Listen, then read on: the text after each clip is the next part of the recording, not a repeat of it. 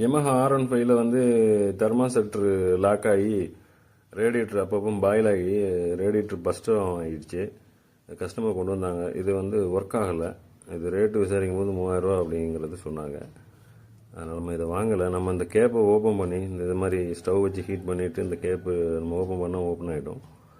Open பண்ணி அதில் இருக்க பிஸ்டனையும் அந்த ஸ்ப்ரிங்கையும் வெளியே எடுத்துட்டா டைரெக்டாக பைபாஸ் பண்ணி விட்டுடலாம். தெர்மாசெட்ரு கெட்டு போச்சு.